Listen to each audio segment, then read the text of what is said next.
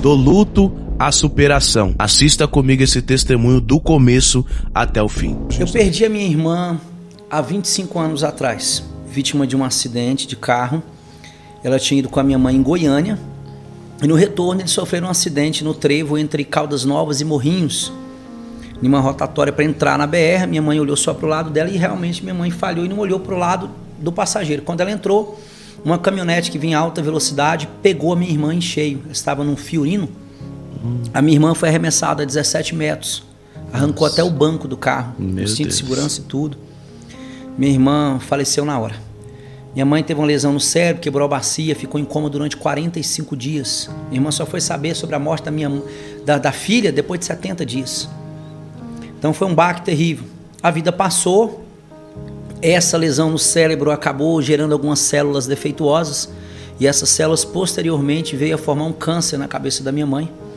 E a minha mãe no ano de 2013, dia 14 de novembro de 2013, veio a falecer, vítima de um câncer. Minha mãe congregou aqui nessa série muito tempo, cantou aqui no coral, enfim.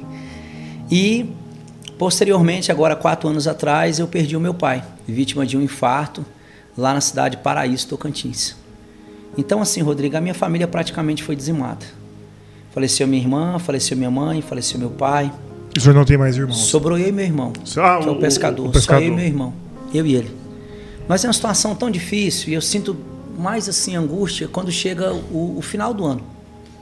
A festa de Natal, o Réveillon, por quê? Porque os pratos momento diminuíram. sempre a família está reunida, né? A foto, vocês são fotógrafos profissionais, não precisa mais ficar tão de longe. Pode chegar mais perto, porque ficou só 2. Sinto uma saudade imensa do meu pai, da minha mãe, da minha irmã. Queria tanto tê-los aqui vivendo tudo que nós estamos vivendo agora. Vê-los sentindo orgulho de saber que o menino lá no meio da roça que sonhava vendo um avião passar, hoje está vivendo sonhos e promessas de Deus na vida dele. Deus ainda me deu a honra do meu pai e minha mãe em vida, ainda ver muita coisa sobre o ministério fluir, acontecer. Ainda tive a alegria de dar muito orgulho, de dar muita felicidade para o meu pai e para minha mãe, sabe? E nessa época, muita gente achou que eu ia até suicidar, entrar em depressão, porque quando meu pai faleceu há 4 anos atrás, estava tendo uma onda gigantesca de suicídio de pastores no Brasil. Em um ano só foi 55 no Brasil. E o povo preocupado comigo, o pastor Álvaro me ligava, sempre me acompanhando e tudo. Meu filho, e agora? Eu falei, pastor, eu tenho 2 escolhas. Ou eu vou afundar até não ter mais jeito, ou eu vou usar essa dor e vou canalizá-la para poder subir para cima. Eu vou usar isso como um trampolim. E se eu dava trabalho para o inimigo, agora é que eu vou dar mesmo. Eu vou pregar mais, eu vou fazer mais, eu vou correr mais atrás, eu vou me envolver. Eu vou estar mais ativo ainda, porque a minha mente não pode estar desocupada. Se ela estiver desocupada, eu vou lembrar.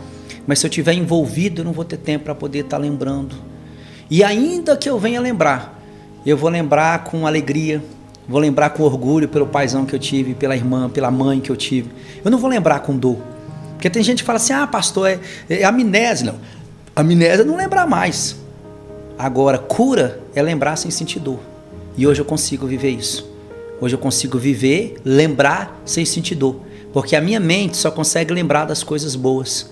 Eu só consigo trazer à memória aquilo que dá esperança para o meu coração, sabe? Para a minha mente. Sinto. Quando a minha mãe faleceu, gente, eu estava pregando em Juruti, no estado do Pará. É Baixo Amazonas, são 17 horas de lancha de Santarém para cima, sentido Oriximiná. E eu recebi a notícia que a minha mãe morreu, faltava 10 para 7 da noite, era encerramento do congresso. E eu na minha cabeça disse, eu não vou contar, se eu falar para o pastor presidente, acabou o congresso, mesmo que coloque outro para pregar, ninguém vai querer cultuar, vai virar um desespero. E eu firmei o taco. E eu fui para o culto, meu irmão. Fui para o culto e segurei no culto e preguei, irmão. E nesse dia eu coloquei no meu coração, disse, hoje eu vou pregar como se fosse a última vez que eu estivesse pregando e minha mãe estivesse bem ali naquele banco me vendo pregar. Quando eu olho para o primeiro banco, senta uma irmã lá, essa irmã é a cara da minha mãe. Nossa. Não tem condição, já foi para judiar do meu coração. E eu preguei. E lá no Pará não tem muito hora para culto acabar, eu sei que eu comecei a fazer o apelo, era 11 horas da noite. E quando estava dando já quase meia-noite, 15 por aí, eu comecei a fazer o apelo, Jesus salvou 35 pessoas. E quando estava todo mundo ali na frente, eu falei, gente, agora deixa eu contar uma notícia para vocês. Vou contar para vocês uma parábola de um menino que sonhava em pregar. Esse menino não era para ter nascido, porque o médico já tinha dito para a mãe que se ela tivesse o 3º filho, ela iria morrer, ela e a criança. Mas Deus colocou as mãos e o menino nasceu. E enquanto ele estava no ventre, a sua mãe colocava a mão na barriga e dizia, eu entrego ele às nações. Eu entrego ele na tua obra, Senhor. O Senhor soprará o nome dele nessa terra. Minha mãe a mãe profetizava sobre o filho. Só que aquela mãe teve aquele filho deu orgulho, deu alegria, deu prazer. A vida passou, ela viu aquele filho casar, viu aquele filho gerar neto, tal. Só que teve um dia que Deus, sem avisar, ele chegou e arrancou aquela mãe daquele filho. É como se tivesse amputado uma parte do corpo daquele filho. Aquele filho agora está sangrando, sem palavras, sem saber o que fazer. E eu concluí a parábola dizendo: quero dizer para vocês que aquele filho sou eu. E a mãe é a minha, que Jesus levou agora há pouco, às 6:50, antes de começar o culto. Eu estou pregando aqui sabendo que a minha mãe está morta. Meu amigo. Nossa. A igreja virou um negócio, irmão, chororô, um negócio, mano de Deus. Era 3:30 da manhã, irmão, eu estava dentro dessa igreja, esse povo agoniado. E aí, vem a questão. Minha mãe com câncer, trouxe ela para Uberlândia, conseguimos cirurgia, fez tudo, só que não adiantava. O câncer dela fazia uma cirurgia, retirava, quando passava 30 dias estava do mesmo tamanho, era como uma erva daninha. E o médico falou assim, não tem solução, desenganou do médico. Minha mãe foi para Querência, no Mato Grosso, falou, meu filho, eu quero morrer lá, perto da minha família lá e tal, já fiquei muito aqui com vocês, com os filhos, e ela foi para lá. Só que na minha última visita, a minha mãe, Rodrigo, eu abracei minha mãe e eu estava indo lá toda semana de carro praticamente, gente. 1.300 quilômetros, eu ia e voltava. E ia quantas vezes fosse preciso. Mãe é mãe. E aí, meu amigo, um dia eu despedi da minha mãe. Quando eu estava saindo, ela falou assim para mim, meu filho, volta. Aí eu voltei e ela falou assim, meu filho, você vai me prometer uma coisa. Ela falou assim, me abraça. Aí eu abracei. Quando eu abracei, ela disse assim, você fica abraçado o tempo que você quiser, mas tenha certeza. Quando você me largar, esse vai ser o último abraço que você me deu nessa terra. Porque o próximo, você só vai dar no céu. E eu segurei, eu abracei minha mãe meia hora, 40 minutos, eu com medo de apertar um pouco, por causa dos ossinhos dela já frágil. E quando eu soltei a minha mãe, ela falou assim para mim, meu filho, você vai me prometer uma coisa, Deus vai levar a sua mãe. Deus já falou comigo, ela era muito de oração. E disse, só que você vai me prometer uma coisa, você vai vir aqui fazer o meu culto fúnebre. Eu disse, não, mãezinha, de jeito nenhum, que pedido é esse? Pedir para fazer o culto fúnebre da própria mãe. Eu trago o pastor Álvaro, que a senhora gosta tanto, eu converso com ele, eu dou um jeito. Ela disse, não, meu filho, Deus me deu um filho pastor, você é o meu orgulho, você vai fazer, me promete. E ela fez eu prometer. E eu fui embora. Agora eu tô lá no Baixo Amazonas e me lembro da promessa que fiz para minha mãe. E agora? A lancha só passava no outro dia, 2h da tarde, até eu chegar em Santarém, até eu pegar voo. Irmão, quando era 6h da manhã, o pastor bate no quarto do hotel, pastor, vambora, vamos pra pista ali da mineradora. Eu saí correndo, carregando trem e tal. Cheguei lá, tinha um aviãozinho, um teco-teco, no meio de uma pista lá de uma mineradora chamada Onça Puma. E eu entrei dentro desse teco-teco, irmão. E o piloto me socou dentro desse teco-teco, irmão, e foi me levar para poder fazer o sepultamento da minha mãe. E eu disse pro pastor no meio da pista, ele disse, pastor, deixa eu sepultar minha mãe. Daqui uns 30 dias eu vou ligar pro senhor vai me dar o valor desse avião, eu vou pagar esse trem pro senhor, nem que eu tenha que vender alguma coisa minha. E ele falou, meu filho, vai sepultar tua mãe, não te preocupa não. Aí passou uns 2 meses, eu liguei para ele, pastor, eu quero o preço do avião. Não, pastor, não tem preço de avião não. Eu quero o preço, pastor, não é justo, é muito alto para a igreja pagar. Ele falou, meu filho, você vem aqui e nos abençoa, é obrigação nossa te abençoar. Pastor, e eu insisti, ele falou, só para te contar, pastor, sabe aquele irmão que só almoçou na casa dele? Maior plantador de cacau do Baixo Amazonas? Eu falei, sei, pois é. Nós fizemos uma reunião de ministério, na reunião de ministério nós lemos na ata o valor do avião, R$15.000. E quando nós lemos o valor na ata, todos os obreiros concordou que a igreja, pagou com caixa da igreja. Mas quando nós falamos isso, aquele empresário levantou e falou, não, pastor, José de Arimateia apareceu e falou, não, pastor, essa aí é minha. Esse aí do avião aí do pastor para ir lá sepultar a mãe, essa aí é minha. Essa aí eu estou devolvendo pro caixa da igreja. Deixa eu ser abençoado, essa aí é minha. Até na morte, Deus cuidando, fazendo milagre. E no sepultamento da minha mãe, gente, não parecia sepultamento, parecia culto. O povo falava em línguas, em mistério, eu preguei, eu chorei, eu fiz apelo, 14 pessoas aceitou Jesus. 4 irmãos da minha mãe que estavam afastados da igreja há mais de 20 anos se reconciliaram. E tem gente que pensa, se reconciliou pelo momento da comoção, do caixão. Não, estão crentes até hoje. Que seja, até hoje. Que seja, voltou para Jesus, né? Tem 8 anos, voltaram e ficaram. Estão lá enraizados até hoje. Então eu resolvi canalizar toda a dor que eu senti na alma. Eu resolvi canalizar isso para poder abençoar a obra, para poder servir pessoas. Eu consegui transformar isso, sabe? Não é fácil, né não? Tem dia, irmão, outro dia desse eu estava pregando no Maranhão, bem no dia das mães, que é tanto de mãe sendo homenageada. Vamos dar um presente para a mãe mais velha. Chamou a irmã mais idosa, chamou a irmã lá de 95 anos de idade, 18 filhos, irmão. No Maranhão eles gostam de fazer filho. E eu fui lá, irmão, abraçar a velhinha de 95 anos de idade, eu falando, meu Deus, a minha morreu com 58 anos, Jesus. Podia tanto, oh, Jesus, dizia assim, ela veio ao menos 5 anos a mais, meu Deus, pra eu ter ela. Cadê ela? Cadê ela? E aí eu tava naquele sentimento. Nesse dia lá, eles me viram chorar, sabe o que fizeram? Juntaram 100 mães. Fizeram assim, pastor, vem cá. Fizeram eu descer lá embaixo. Aí eu desci, fica aí. Aí as mães veio chegando assim. Aí veio 100 mães assim, me envolveram e deixou eu no meio assim. Nossa. Ele disse, pastor, nós sabemos que mesmo um abraço de 100 mães não vai curar a falta da sua. Mas nós queremos que 100 mães hoje lhe dêem um abraço para você poder se sentir amado. Então Deus foi me dando gente no Brasil para cuidar de mim, para cuidar do meu coração, sabe? E eu poderia, tem gente aí, né, entregando os pontos por tão pouca coisa, né? Por tão pouca coisa, estão parando, estão desistindo, estão desesperados. É verdade. Não é? Então a gente precisa superar isso. Você precisa ser mais forte do que a situação que você vive. Porque no dia que você for mais forte do que ela, nunca mais Deus te faz voltar a viver aquilo.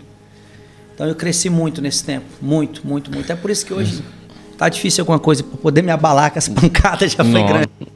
E esse foi mais um testemunho, irmãos. Talvez você tá assistindo esse testemunho e questionou a Deus perguntando: por que, Senhor? Sendo que ele é um servo, sendo que a mãe dele era serva, a família dele servia a Deus, por que Deus permitiu isso acontecer na vida deles? Tem coisas, irmãos, que não temos resposta. Eu não vou ter essa resposta para te dar. Eu acredito que ninguém vai ter essa resposta para te dar. Mas só Deus sabe de todas as coisas, né? Só Deus. Talvez você está dizendo, isso é clichê de crente quando não sabe a resposta. Mas irmãos, eu não tenho resposta. Mas essa é a verdade. Deus, ele sabe de todas as coisas.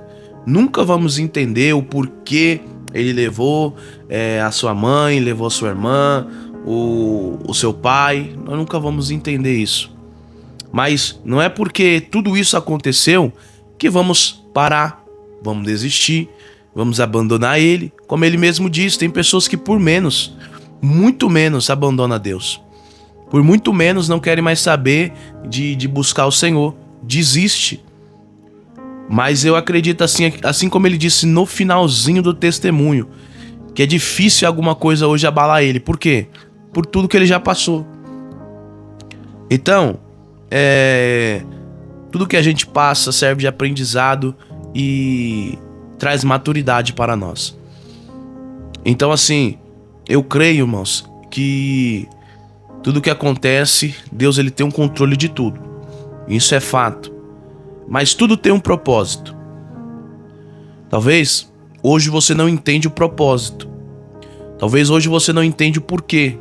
Por que isso acontece, por que isso aconteceu, por que tem que ser assim. Mas uma coisa que a gente costuma ver é pessoas que julgam, que coloca Deus na parede como se fosse culpa dele. Certo? E tem muita coisa que acontece, irmãos, no mundo, muita coisa que as pessoas colocam a responsabilidade em Deus, só que quem disse que Deus tem a responsabilidade com aquilo? Às vezes a gente vê alguma coisa acontecendo com crianças, ou aqueles países que tá em guerra e muitas pessoas estão morrendo, e as pessoas tentam colocar Deus como se fosse o culpado.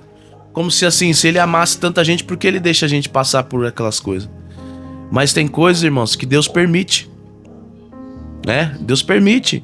Se existe pessoas ruins no mundo, né? Isso não é culpa de Deus, irmãos. Não é. Se a gente for ver a palavra Caim e Abel, Deus orientou Caim para que ele não deixasse aquele mal entrar no coração dele, mas infelizmente ele deixou e matou seu irmão. Mas a punição dele veio.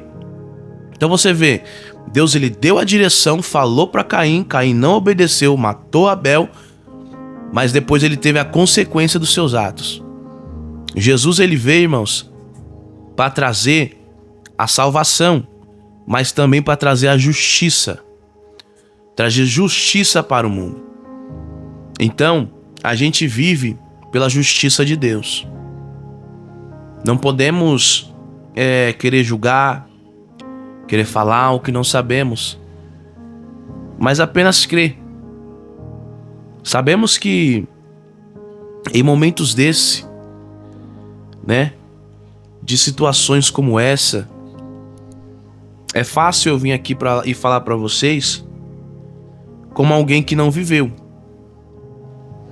O difícil é viver, passar e continuar dizendo Deus é fiel. Isso é difícil. E eu sei disso, né? Eu sei que é fácil eu vim aqui comentar no vídeo e dizer que a gente tem que crer nas vontades do Senhor, né? Mas não é fácil para quem chega no final do ano, no Natal, e não tem sua família do lado. É difícil, irmãos. Mas a palavra ela é clara e a gente tem que pregar ela. Só que eu creio que o Senhor, antes de tudo acontecer, Deus nos prepara. Deus nos prepara. Então, quando o Senhor está nos preparando, vamos aceitar o preparo do Senhor, porque eu creio de verdade, que tudo tem um propósito, tudo tem um porquê. Hoje não entendemos, mas mais para frente vamos entender. E se não entendemos, irmãos, na glória, chega lá, você pergunta para ele por quê, que ele vai te responder, tá bom? Mas eu creio em uma coisa também, e eu não posso deixar de falar isso, que eles estão em um lugar melhor que nós. Porque a gente olha para a morte num olhar errado, num olhar diferente. Se a gente for falar de um homem e de uma mulher de Deus, que Deus leva, pode ter certeza que ele está em um bom lugar.